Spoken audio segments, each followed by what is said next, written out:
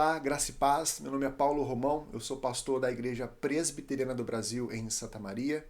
E hoje, num feriado de Páscoa, onde se comemora a morte de Jesus Cristo, e de fato há uma celebração muito maior do que essa, que será realizada no domingo, hoje quero refletir com vocês sobre as falas de Jesus Cristo na sua cruz, que são conhecidas como as 7 palavras da cruz de Cristo. Iremos meditar sobre elas e no final faremos algumas aplicações para a nossa vida. E a primeira palavra da cruz de Cristo está em Lucas 23, 34, onde ele diz: Pai, perdoa-lhes porque não sabem o que fazem. Veja que Jesus Cristo aqui, na sua cruz, no seu sofrimento, está rogando para o seu Pai, está voltando o seu coração para o seu Pai eterno. Veja, meus irmãos, a demonstração de confiança de Jesus Cristo, a demonstração de intimidade com o seu Pai, mesmo diante da sua angústia e do seu sofrimento. E de fato Jesus aqui roga pelo perdão. De fato, não é o perdão na perspectiva de que Jesus roga pela salvação universal. Não. Jesus Cristo está aplicando aquilo que ele ensinou para os seus discípulos em sua oração do Pai Nosso, quando ele disse: perdoa-nos assim como nós perdoamos os nossos devedores. E de fato, Jesus estava ensinando qual é o verdadeiro sentido de amar os nossos inimigos, porque ele está rogando pelo perdão do seu Pai sobre aqueles seus algozes. E de fato, essa oração tem como princípio fundamental Jesus Cristo rogar para que Deus conduza aqueles homens pecadores ao verdadeiro arrependimento, ao verdadeiro quebrantamento de coração por causa dos seus pecados. Mesmo em sua morte, ele se apresenta ao seu Pai com uma súplica pelos perdidos e cegos pelos pecados. Meus irmãos, é esse o verdadeiro intercessor dos homens, Jesus Cristo, aquele que mesmo em sua morte roga pelos pecadores. A segunda palavra da cruz de Cristo está lá em Lucas 23, 43, quando ele diz: em verdade te digo que hoje estará comigo no paraíso. Meus irmãos, reflita só. Pense que maravilha aquele homem recebeu. Porque de fato ele recebeu muito mais do que ele pediu. O seu pedido, a sua solicitação foi apenas: Jesus, lembra-te de mim quando chegares no paraíso. E Jesus faz uma declaração poderosa para aquele homem: você estará comigo hoje no paraíso. E mais do que estar no paraíso, meus irmãos, nós podemos ter a certeza de que há uma bênção maior de estar com o próprio Jesus Cristo no paraíso. Estar com o verdadeiro Salvador, que é Cristo, o Redentor. E onde é esse paraíso? Será que esse paraíso refere-se a um local de espera, a um purgatório, ou um lugar místico, ou uma antessala do céu? Não, meus irmãos, nós estamos falando do céu. O paraíso se refere ao céu, assim como está lá em Apocalipse 2,7, onde a árvore da vida estará no paraíso e nós poderemos desfrutar de tudo isso.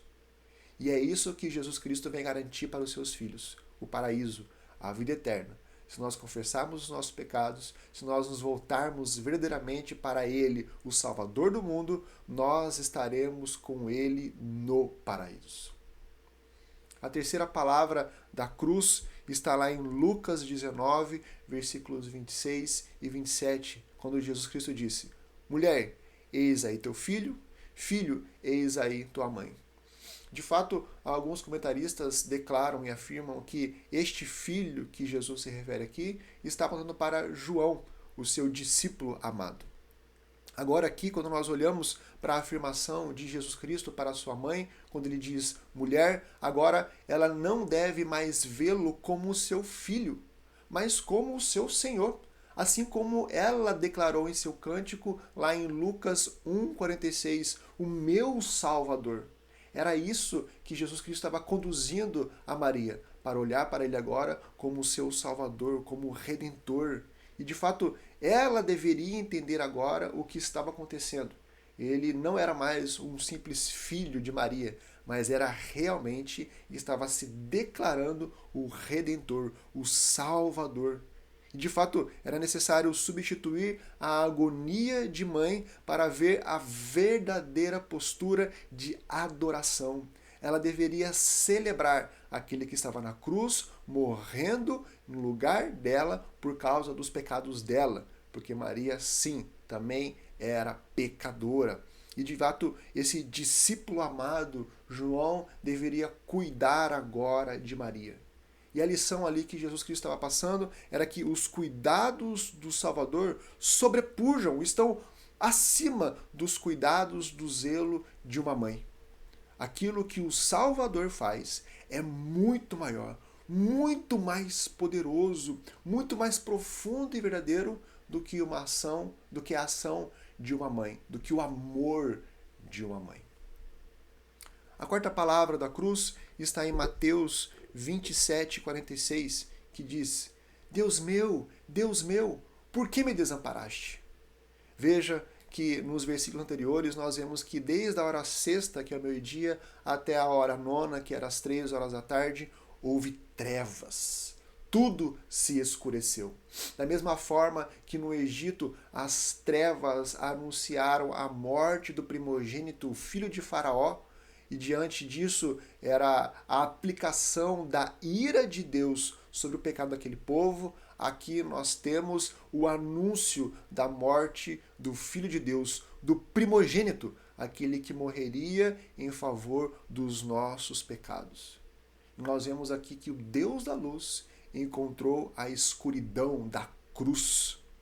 Nós vemos aqui horas de agonia por causa dos nossos pecados. Ele foi feito pecado, ele foi feito maldição, ele foi ferido pelas nossas transgressões, ele foi moído pelas nossas iniquidades.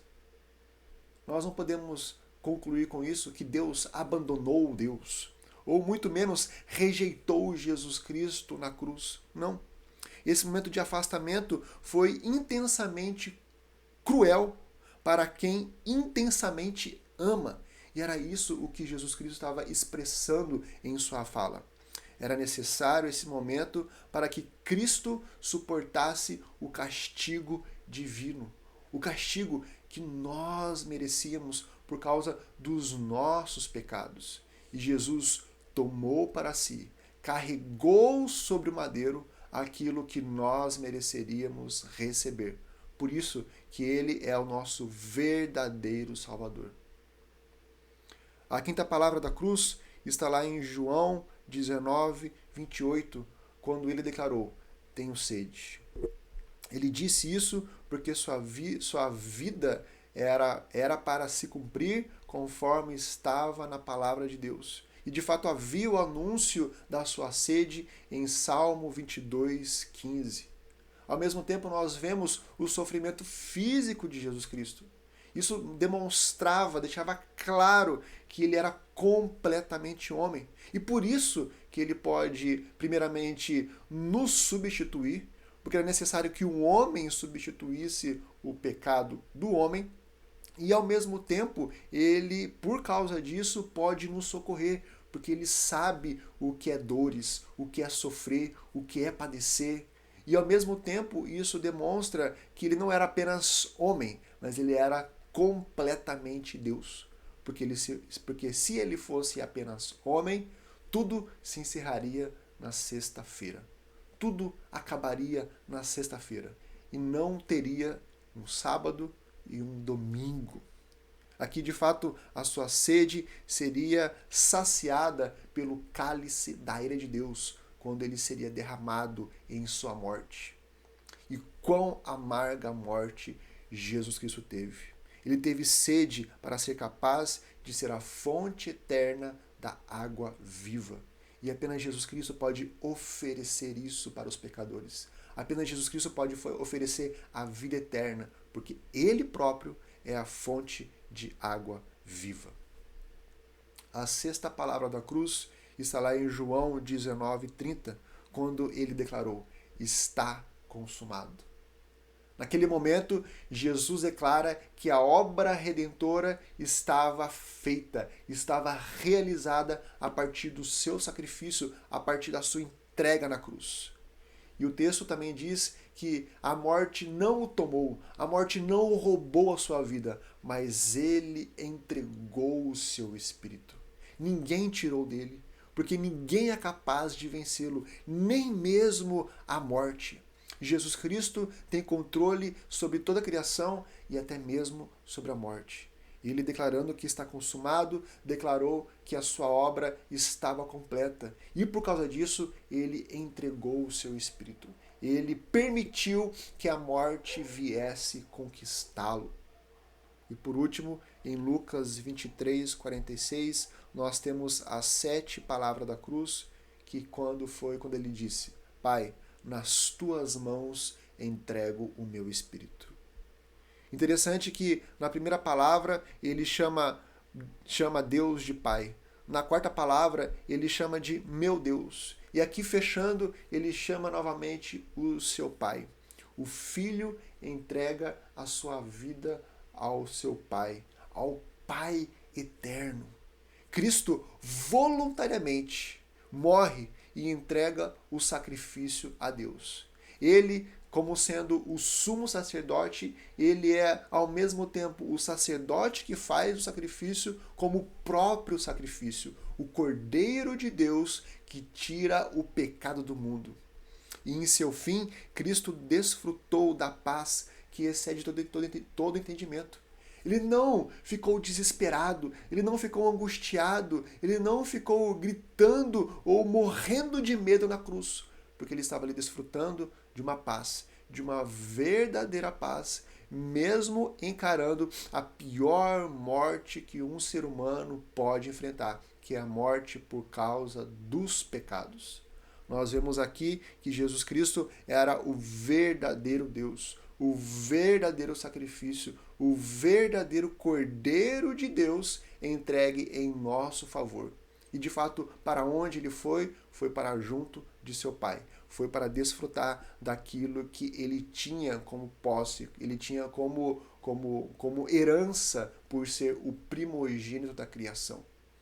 Meus irmãos, a morte de Jesus Cristo escancara a realidade natural do ser humano, que ele é pecador, que ele é transgressor da lei de Deus. E apenas a partir de Jesus Cristo, apenas a partir desse sacrifício voluntário, o homem pode ter os seus pecados lavados, ele pode ser remido pelo sangue de Jesus Cristo, mas apenas pelo sangue de Jesus Cristo. Nessa sexta-feira, na sexta-feira onde celebra-se a morte de Jesus Cristo, deve ser uma sexta-feira de reflexão. Refletir sobre a nossa vida, refletir onde está o nosso coração, refletir se nós ainda vivemos em nossos pecados e nossos delitos.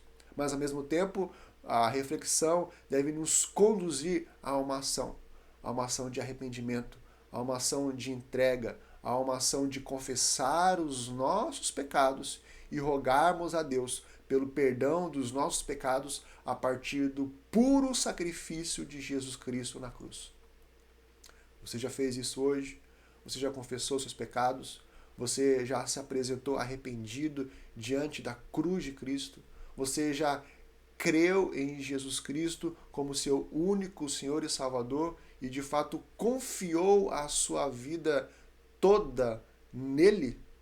Faça isso, para que você, assim como o ladrão da cruz, possa estar hoje no paraíso, possa receber o abraço do Pai eterno, possa receber a salvação oferecida pelo sacrifício de Jesus Cristo.